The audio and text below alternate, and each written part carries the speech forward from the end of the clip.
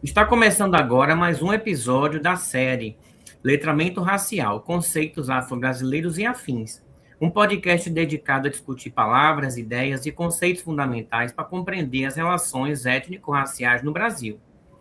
A partir de obras de referência, experiências cotidianas e debates contemporâneos, essa série propõe uma escuta crítica sobre linguagem, história, cultura e poder, contribuindo para uma educação antirracista, combate a preconceitos e fortalecimento do pensamento crítico. Esse podcast é uma realização do Soteroprosa, o portal independente de textos críticos mais antigo de Salvador. Siga no Instagram, @Soteroprosa. Entre no site www.soteroprosa.com.br e leia textos críticos nas mais diversas áreas. Eu sou o professor Manuel Souza Júnior, doutor em educação, historiador, cientista racial e político, e te convido a seguir comigo aqui nessa jornada. Siga-me no Instagram, @Debate Racial Político. Semanalmente teremos novos episódios com convidados especialistas em temáticas raciais e áreas afins. Essa série foi inspirada nos volumes 1 e 2 do Dicionário Racial, Termos Afro-Brasileiros e Afins, publicados em 2024 e 2025. O conceito de hoje é um conceito do volume 2, onde a gente vai falar sobre índio verdadeiro, índio puro, e para falar sobre ele está aqui Natália Goitacá.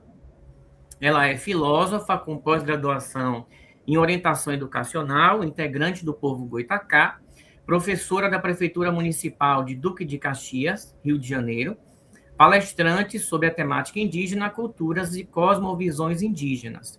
Antes de começar nossa conversa, eu vou fazer minha audiodescrição. Eu sou um homem pardo, de cabelo curto, pardo de pele clara, de cabelo curto, uso óculos, barba grisalha, estou vestindo uma camisa cinza e no fundo da minha tela tem um mapa mundi e alguns livros. Tudo bem, Natália? Como vão as coisas? Seja bem-vinda novamente. Tudo bem, Manuel. Bom, eu vou seguir você fazendo minha audiodescrição. Sou uma mulher indígena, cabelos negros, compridos, uso óculos, estou usando uma blusa vermelha e brincos esbranquiçados, compridos. Eu vou me reapresentar, né, dando olá a todos. Eu sou a Natália Goitacá, como o Manuel já falou, filósofa, educadora da rede municipal, integrante do povo Goitacá, né? E muitas vezes, quando eu me apresento assim, eu sinto um choque no olhar do outro, né? Um choque que vem de uma pergunta silenciosa, que é: cadê seu cocar? Você usa celular? Você vive na cidade? Então, hoje, a gente vai conversar sobre por que o Brasil ainda tenta congelar os povos originários em 1500 e como esse mito do índio verdadeiro é uma ferramenta de apagamento, né? Como dizia o Darcy Ribeiro, entender o Brasil é entender a nossa diversidade, mas também as nossas cicatrizes. E a gente está aí no trabalho para despertar desse coma colonial, né? Pois é, Natália, muito bem. Agradeço aqui sua presença mais uma vez. Sempre bom contar, né, com sua parceria em várias coisas que a gente faz junto, né? E aí vamos começar a conversar então, assim, ó. No texto, no verbete, você discute o mito do índio verdadeiro. Para começar, explique um pouco para os ouvintes, para quem está assistindo, né? O que é esse mito e por que ele ainda é tão presente na nossa sociedade. Esse mito do índio verdadeiro é a construção de um personagem folclórico, que é o quê? O indígena que é intocado, é o indígena exótico, que vive em um passado muito remoto. E, na verdade, nós somos presente ainda, né? E as pessoas congelam a imagem do indígena naquela época de 1500, que é o que a gente vem encontrado de registro nos livros didáticos, etc. Então, o que acontece? A educação colonial brasileira ensinou para nós que o indígena que se transforma, ele deixa de ser indígena. E é uma forma de nos manter invisíveis na modernidade, né? Então, um exemplo muito clássico disso é como a gente estuda os povos originários dentro das instituições escolares. Nos livros didáticos mesmo, a gente vê a representação dos indígenas de 1500 ainda, né? Com o estereótipo definido, com a cultura paralisada no tempo, né? Então, as pessoas não fazem a relação de que os povos originários continuam vivos e são atuantes e estão contemporâneos aí, ocupando os espaços que são nossos, sempre foram, né? Então, esse congelamento temporal acaba construindo essa imagem mítica do indígena que anda pelado, que só pode morar na floresta, que não usa tecnologia, que não estuda, que não sabe ler e escrever, né? E por aí vai. Então, todas essas questões acabam trazendo um impacto forte quando você, hoje em dia, se identifica como indígena, né? Em contexto urbano, principalmente. Então, os indígenas de contexto urbano sofrem muito esse preconceito e esse apagamento, e as perguntas que nos são feitas, né, onde está seu cocá, você é indígena mesmo, você usa celular, mas você dirige carro, então você não é indígena. Isso tudo contribui tanto para um apagamento quanto para uma descredibilização da nossa palavra, da nossa existência, né? E isso é muito doloroso. Pois é interessante a gente ouvir você, né, falando sobre isso, né, porque o que o nosso ouvinte tem que ter como uma verdade, né, que muitas vezes ele não percebe é o quê? Os indígenas estão em todos os espaços. Às vezes a gente passa por um indígena na rua e a gente nem sabe que aquela pessoa é indígena, né? Então, ou seja, não precisa ficar com aquele estereótipo de 1500 como você fala aqui. Mas, assim, com base nos interesses históricos e políticos, né, como é que esses interesses históricos e políticos ajudaram a consolidar essa visão sobre os povos indígenas? O que você acha sobre isso? Olha, eu acho que o principal interesse é de exclusão, né? Porque se o Estado define que só é indígena quem vive na floresta e caça com arco e flecha, o Estado vai economizar em políticas públicas, né? Negando o direito à terra para quem está em áreas retomadas ou urbanas, e aí vai facilitando o apagamento jurídico de povos inteiros. É uma estratégia política de diminuir a população indígena no papel para poder explorar suas terras na prática. Resumidamente, é isso. Então, é toda uma política de apagamento, silenciamento, para que não haja investimento e defesa de direitos dessa população que vai ser dada como extinta, né? Uhum. Tudo faz parte desse mundo colonial, né? Que ainda persiste, não é? Você concorda com isso? Sim, sim. É bem por aí, porque a gente acaba carregando a dor do estereótipo, né? E a realidade das nossas lutas acaba sendo pautada por essas questões de mais de 500 anos atrás, desde a invasão europeia. Então, acaba que foi um marco muito importante, sim, historicamente, né? A questão da invasão europeia aqui no Brasil, mas também é um marco de grandes bandeiras de luta que tem a ver com a territorialidade, né? Que tem a ver com esse apagamento cultural que todo povo que é colonizado acaba sofrendo em detrimento desses movimentos políticos. E a gente está nesses reflexos ainda hoje, 526 anos depois da invasão. Né? Pois é muito bom te ouvir.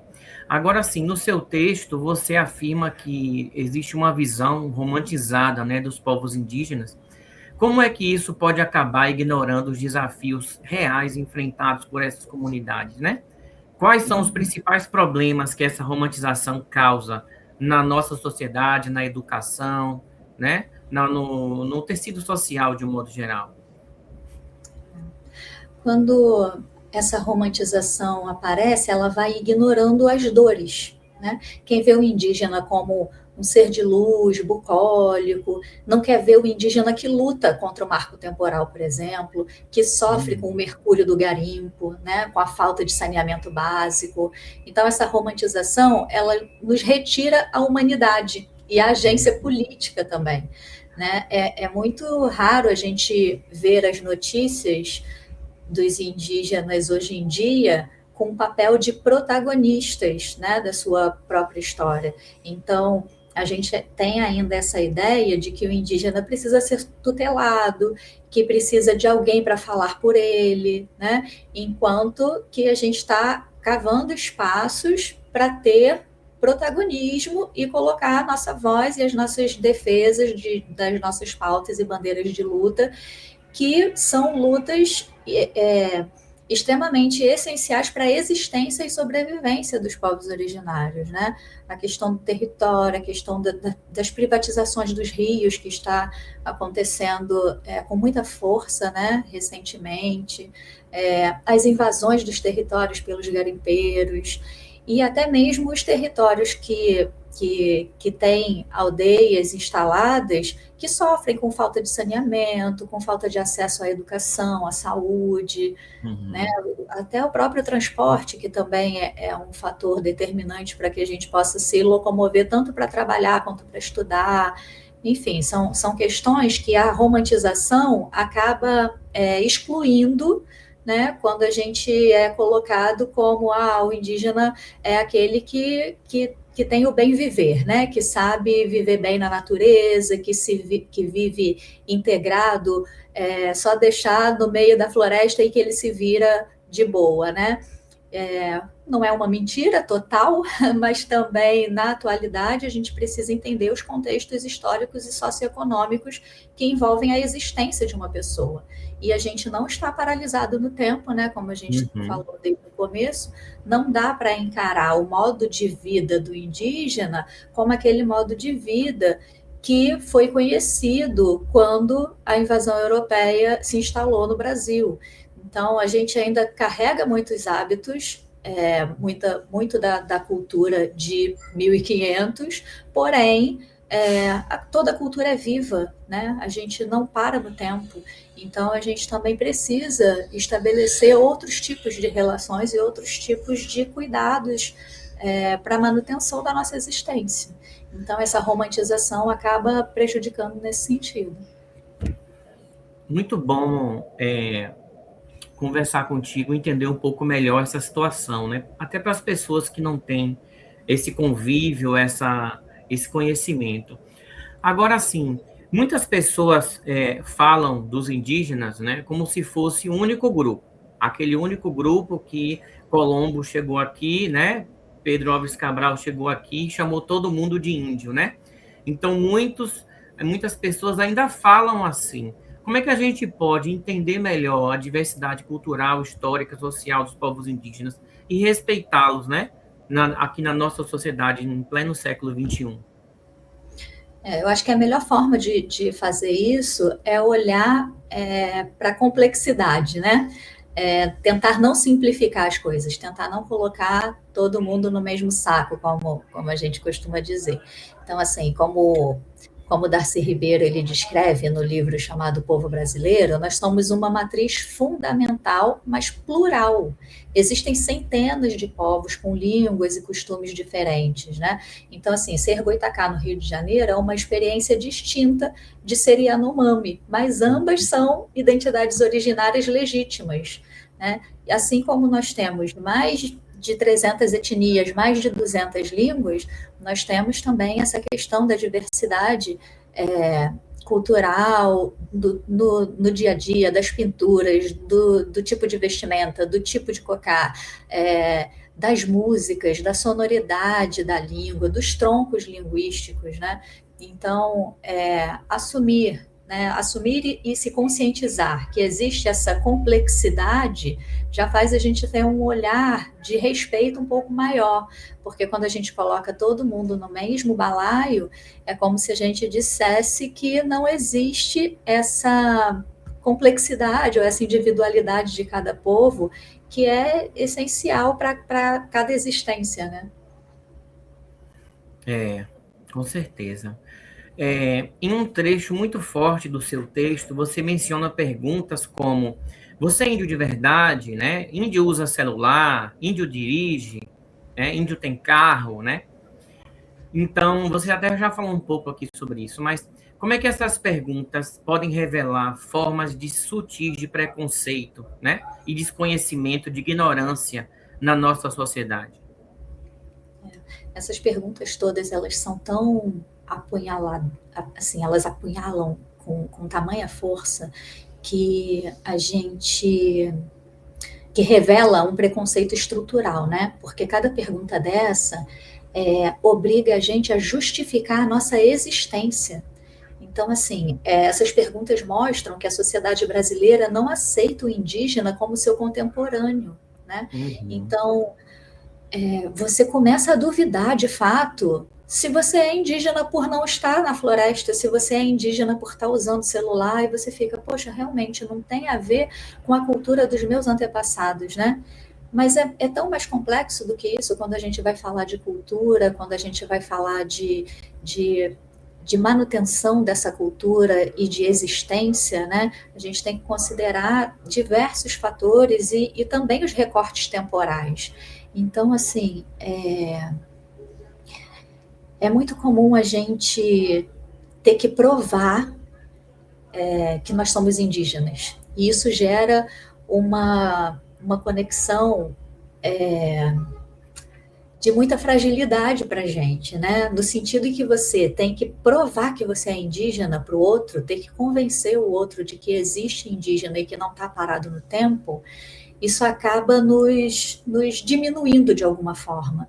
Então, por isso que é importantíssimo as pessoas que sabem da sua ancestralidade, as pessoas que têm essa noção de que nós vivemos num país que foi colonizado e que teve esse esmagamento, que a gente conta, que a gente convive, né, diariamente com o preconceito estrutural, que a gente tenha esse cuidado de não diminuir o outro por conta da sua etnia, de não desacreditar, né, que quando uma pessoa se autodeclara indígena, quando fala, olha, eu tenho parentes que são indígenas, mas eu não me considero indígena, isso tudo são camadas de um preconceito estrutural já estabelecido, né? Por que é muito óbvio para a gente quando uma pessoa fala assim, eu tenho dupla cidadania porque eu tenho avós que são italianos. Ninguém vai questionar a dupla cidadania Exato. desse descendente de europeu. Agora, quando um brasileiro, né, ou quando qualquer pessoa que descende do povo originário fala da sua ancestralidade, a gente é questionado, né? Então, que disparidade é essa? Então, acho que a gente tem que ter um posicionamento um pouco mais crítico nesse sentido, porque a gente aprendeu no decorrer dos anos que é valoroso você ser descendente de europeu, mas quando você fala da sua ancestralidade indígena, você é desacreditado em todo o tempo, né?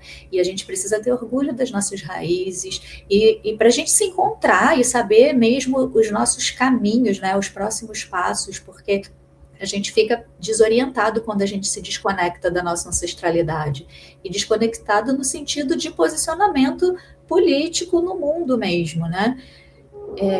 É bem por aí que eu acabo norteando o meu caminhar, porque apesar de ser muito dolorido ouvir esses questionamentos, ter essa descredibilidade, eu sei que é muito importante a gente se posicionar enquanto pessoa indígena originária desse território.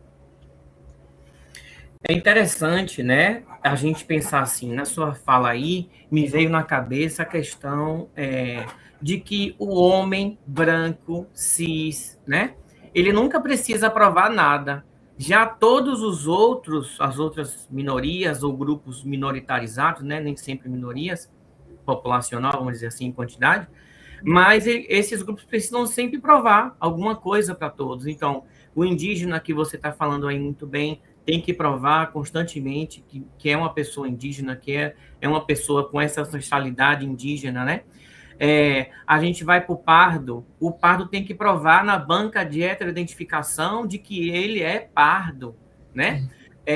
O LGBT, que ia mais, em certas ocasiões, ele tem que sempre comprovar isso. Então, por exemplo, eu sou gay, e às vezes eu falo isso em alguma ocasião, que eu tenho um marido, que eu tenho filha, as pessoas desconfiam se eu estou falando a verdade, né? Quer dizer, não basta a minha palavra em dizer isso, né? Quando a gente vai para todos esses grupos, né? Para mulheres, As mulheres têm que provar o tempo todo de que elas são capazes, né? De que elas são capazes de tomar suas decisões, etc. Então, quer dizer, o opressor, né? Esse grupo opressor, branco, homem, hétero, cis, ele está o tempo todo fazendo isso. Em momento nenhum ele tem que provar de que ele é isso tudo, né? Porque ele se considera a norma. Muita reflexão, né? Que a gente traz com essa sua frase. É bem por aí mesmo. A gente está nessa batalha o tempo todo de estar se reafirmando, né? Para não deixar de existir. E isso é trabalhoso, dolorido, mas extremamente necessário. Você afirma no seu texto que transformação não é o mesmo que aculturação. Explica um pouco para a gente essa diferença. Bom, transformação é vida, né? A aculturação ele é um termo usado para sugerir perda. Então, se eu uso tecnologia para defender meu povo, eu não estou me aculturando, eu estou me fortalecendo. Como diz lá no texto, transformação não pode ser sinônimo de invisibilização. Usar ferramentas do colonizador para resistir é uma estratégia milenar de sobrevivência, né? E a gente consegue fazer isso hoje e através das mídias e conseguir colocar nossas vozes para fora como protagonistas, né? Não faz tanto tempo assim que o povo indígena saiu da tutela da FUNAI, né? Por exemplo, a FUNAI é um dos exemplos, mas os povos indígenas eram considerados como seres que deveriam ser tutelados e representados por pessoas com mais ampla capacidade, né? Como se nós não tivéssemos capacidade de falar por nós mesmos, ou de refletir, ou de questionar. Então, eu acho que quando a gente usa a transformação para divulgar o nosso espaço, para cavar o nosso espaço, né? Um espaço que já existe, que já é nosso, e aí a gente publiciza isso, a gente acaba transformando a nossa realidade, e não no sentido de uma aculturação, muito pelo contrário. Eu acho que é isso, é usar a ferramenta que a gente tem para combater o que a gente está sofrendo, né? Então, eu acho que os influencers, os artistas indígenas têm feito isso de forma majestosa, assim, porque hoje em dia é muito fácil a gente entrar no YouTube, que seja, no Instagram, em qualquer plataforma de comunicação, e você pode procurar ou pelo nome de uma etnia, ou por música indígena, ou por artistas indígenas, artistas plásticos, atores, e você vai encontrar, né? Então, assim, isso já é mais um indício e mais um reforço de que nós estamos em todos os lugares e que não somos aculturados e muito menos parados no tempo. Perfeito. No texto, você fala um pouco sobre...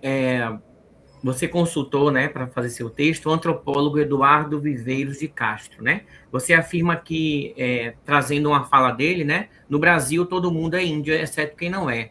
Como é que a gente pode interpretar essa provocação? Como é que a gente pode trazer reflexões sobre isso? O Viveiro de Castro, ele faz essa provocação mesmo, né? Trazendo para todo mundo essa informação de que a base da alma brasileira é indígena. Ponto.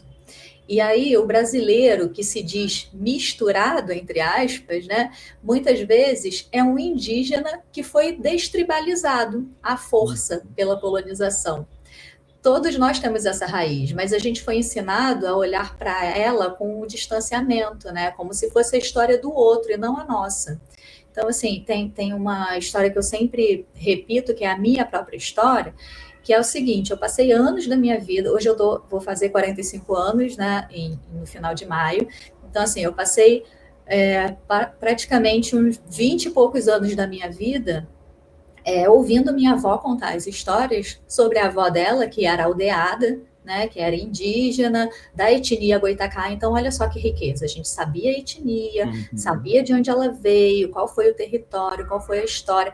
Aí minha avó conta que ela foi laçada por um português. E hoje em dia a gente sabe, né, que esse termo de ser laçado é você sequestrar uma mulher para ela se tornar objeto sexual daquele que ela chama, que hoje nós chamamos de parceiro, né, de marido, mas que era um estuprador, né, que capturava pessoas originárias dos seus locais de estudo, né, no caso da minha família, ela estava numa escola para indígenas, para poder aprender a ler e escrever e se comportar na sociedade, né, como usar roupa e etc.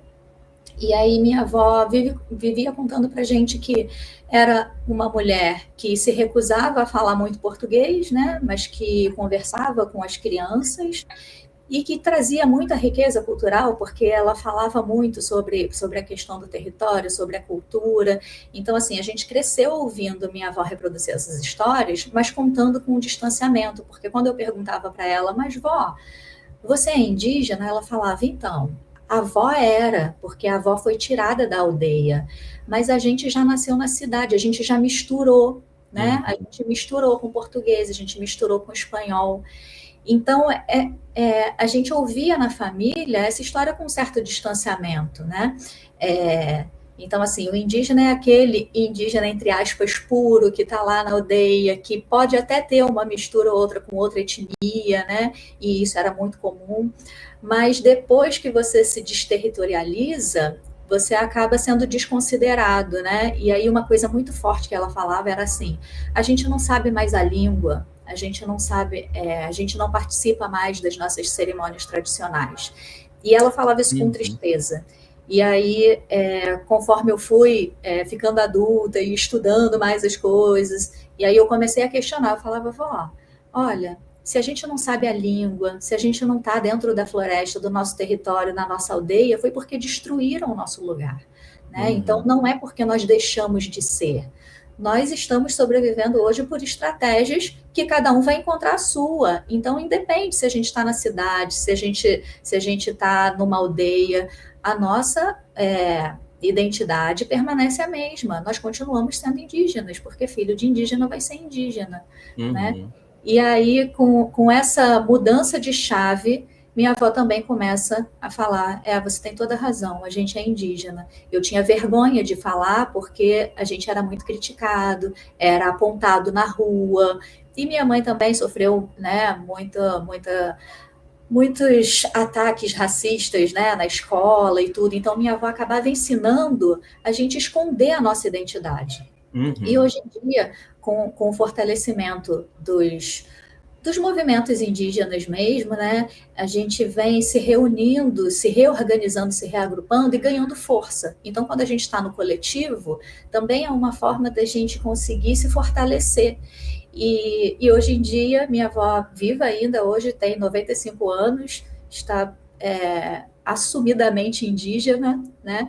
E aí eu já percebo essa diferença de quando ela fala assim, as pessoas perguntam, nossa, qual é o segredo? 95 anos, você está ótima, maravilhosa. E aí a resposta dela é porque eu tenho sangue indígena. Né? Então, é muito emocionante para mim ver essa mudança de postura política, como a gente estava falando no começo, porque quando a gente começa, quando a gente sabe a nossa história e a gente repete a história do colonizador no sentido de nos invisibilizar, acaba enfraquecendo toda uma sociedade, né? E quando a gente se assume, quando a gente toma para nós a nossa força identitária, comunitária, a gente ganha outra perspectiva de vida e de posicionamento no mundo. Essa questão que você fala aí da sua família é interessante, né? Que sua família conseguiu resgatar isso, né? E saber das origens, etc. Já na minha família foi o contrário, isso tudo foi apagado, né? Minha mãe me conta que a avó dela era indígena. E aí eu pergunto à minha mãe, né? Minha avó já morreu, minha mãe é idosa, e aí eu pergunto à minha mãe se você sabe de alguma coisa, qual era a etnia, qual era o povo, onde eles viviam, e ela não sabe nada. Então, justamente porque isso se apagou, né? Faz parte desse apagamento aí que você falou, né, que as pessoas eram meio que obrigadas a fazer isso, a sociedade meio que impunha, né, que ela escondesse sua origem indígena, e aí na minha família isso se perdeu. Então a gente sabe que tem essa avó da minha mãe que era indígena, mas a gente não sabe nada dela, né? A gente não sabe nada, e aí isso se perdeu no tempo. É Esses curioso você. são exemplos interessantes para a gente ver, né, como aconteceu esse contexto histórico, né? Diga. É muito curioso você falar sobre esse apagamento, porque tem diversas camadas de apagamento, né? Eu também trago como uma questão de apagamento quando a gente não se identifica, mas essa questão de não saber nada também é muito angustiante, né? E isso Uhum. que vai enfraquecendo os indivíduos. Como a gente já falou aqui, eu sou professora há mais de 20 anos e geralmente eu faço um trabalho com os meus alunos quando a gente vai trabalhar a questão da árvore genealógica, e aí eu falo, vamos tentar encontrar o máximo de pessoas, de antepassados que a gente tem para saber de onde a gente veio. E aí, Uhum. quando eles esbarram em algum ente que eles não têm informação, eu falo, gente, essa pessoa que não tem informação, com certeza é o seu ente indígena. E por quê? Porque nós fomos obrigados a trocar nossos nomes. Né? Até hoje, para você colocar um nome indígena na identidade, você precisa de uma ação judicial. Né? Você não pode colocar nem o nome da sua etnia, nem o seu nome indígena, porque eles consideram o nome estrangeiro. Olha só que loucura, né? Pois é. E, e ainda tem essa questão do racismo, do preconceito mesmo, de Índia selvagem, Índia não sei o quê. Então, todas essas questões estereotipadas que você não quer se reconhecer como tal, mas no sentido de ser aceito por uma sociedade onde você vive harmonicamente, né? Então, o apagamento tem diversas camadas e a maioria das pessoas hoje em dia não tem informação nenhuma sobre a etnia indígena da sua família, e isso é realmente muito triste. A gente geralmente costuma pesquisar por lugar, né, por território, qual era o território onde essa pessoa vivia, qual era a etnia que estava por ali, né, para Uhum. tentar descobrir alguma pontinha de esperança. Pois é. Complicado, né? Realmente, o que fizeram com os povos indígenas no Brasil, né, ao longo desses séculos. Serve de reflexão, né? Que a gente precisa ter esse conhecimento para a gente entender como chegamos até aqui. Você menciona no seu texto, lá no verbete, várias pautas atuais dos povos indígenas, né? Na sua avaliação, quais dessas pautas são hoje as principais lutas políticas e sociais dessas comunidades originárias no Brasil? Olha, eu acho que a principal delas continua sendo a demarcação de terras, né? Proteção ambiental, que é a proteção de vida de todos, na verdade. Se a gente for analisar, nós temos pouquíssimas áreas demarcadas no Brasil, né? Como territórios indígenas, e são as principais áreas de preservação de saúde e de ambiente e de vida de todo mundo. Porque se não fossem essas áreas que os indígenas tomam conta, entre aspas, né, a gente estaria muito pior na questão de degradação ambiental. Então tem essa questão da demarcação das terras, né, da proteção ambiental, que é a proteção à vida. Outra bandeira é o direito à saúde, à educação diferenciada, né? E a questão de combater muito veemente o marco temporal, porque é muito. São das armadilhas do sistema atual, né? Como é que a gente pode ter direito a um território se eles demarcam um tempo específico onde eles já tinham nos tirado do nosso território, né? Então, a nossa bandeira é principalmente por autonomia, né? Autonomia de um povo que sempre existiu nesse território e continua existindo e precisa ser visto e respeitado como tal. Muito bom. E vem cá, a gente falando agora de educação, né? Educação e academia. Qual é o papel, né, da educação, da academia, da produção acadêmica no combate a esses estereótipos sobre os povos indígenas? Como é que a educação e a academia podem ajudar nesse sentido? Olha, acho que o principal papel é de desconstruir essas armadilhas, como a gente já vem falando do começo, né? Antigamente, quando estudei que em 1500 o Brasil foi descoberto. Hoje em dia, a gente não fala mais isso, né? Pelo menos a maioria dos professores que eu tenho contato, a gente já fala em colonização, a gente fala em invasão territorial, né? Então, assim, o nosso papel dentro da academia é desconstruir armadilhas, né? Como professora, eu tenho uma missão que é não deixar que as crianças caiam no coma colonial, que é aquilo que a gente estava falando também, de ver a nossa história com distanciamento, né? Então, a gente parar de falar da história do país como se não fosse a história da nossa família. E a academia, ela deve dar voz aos intelectuais indígenas para que nós mesmos possamos contar nossas histórias. Isso, por si só, já vai trazer uma riqueza cultural e uma potência e uma força coletiva que vem tentando que vem tentando apagar, né? Que essa sociedade ainda tenta apagar. Então, a gente abrir esses espaços para que os indígenas divulguem os seus saberes, né? Que as pessoas que se posicionam enquanto originários tenham voz, tenham espaço dentro da academia, dentro das escolas, que as crianças possam ser ouvidas no sentido de ser consideradas quando elas falam assim, olha, na minha família tem indígena sim, né? Já aconteceu de professores ouvirem e falarem assim, não é possível, porque faz muito tempo e não tem mais indígena em determinado território. Então, isso são armadilhas da colonização, né? É de você desvalorizar e você ter que, aquilo que a gente estava conversando no início, a gente tem que provar o tempo todo que a gente existe.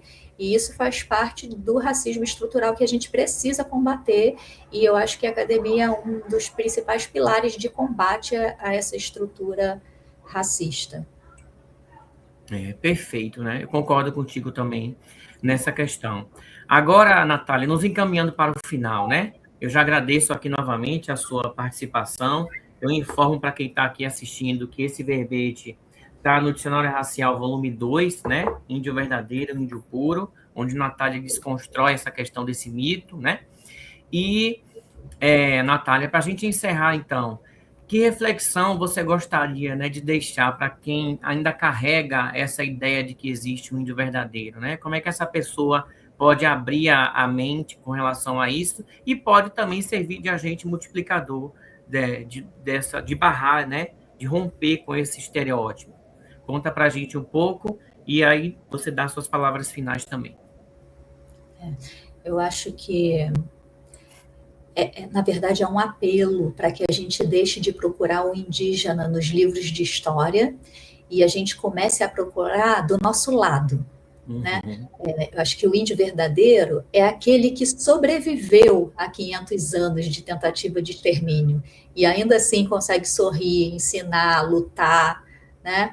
Então, ser indígena não é um modo de aparecer, é um modo de ser.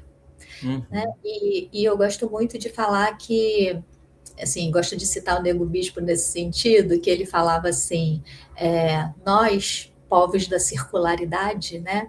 Nós dos quilombos, das aldeias, a gente não é a favor do desenvolvimento, a gente é a favor do envolvimento. Então, eu acho que o nosso principal apelo é isso, envolva-se, não desenvolva. Envolva-se com a sua própria história, envolva-se com o seu caminhar, né? Não se desconecte do seu caminhar ancestral. Eu acho que isso é fundamental para que a gente construa uma sociedade onde o racismo seja aniquilado, né? Porque eu acho que a gente precisa ser extremamente radical nesse sentido. Pois é, Natália. Muito bom te ouvir mais uma vez. Obrigado pela parceria, tá bom? E até a próxima. Tchau, tchau. Até a próxima. Gratidão.